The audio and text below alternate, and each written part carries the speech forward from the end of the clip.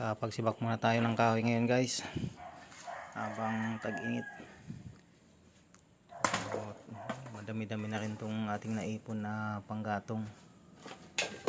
Pag nagluluto mabilis nang hugutin. Gatong lang tayo ng gatong, so okay na nga yan. Ngayon tayo ay magluluto ng kaldereta. Mag-aanak tayo sa binyag ngayon kay parang Edwin. Bigyan yung anak niya. Ayan, tayo ang nakatuka na magluto. Ito ang labuyo. Ayan. O, handa na. Lagay natin yung sahog. Sunod natin ang carrots. Carrots guys. Ginisa ko na nga pala yan. Luto na siya. Pati yung patatas. Ating ano na lang yan. Ito.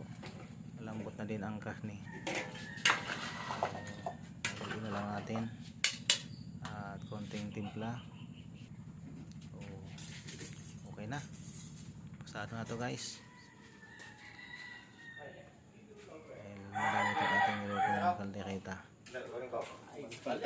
Pantayan mo muna dyan. Bango na yan pare. Ito pala yung aking mga kumparing gwapo.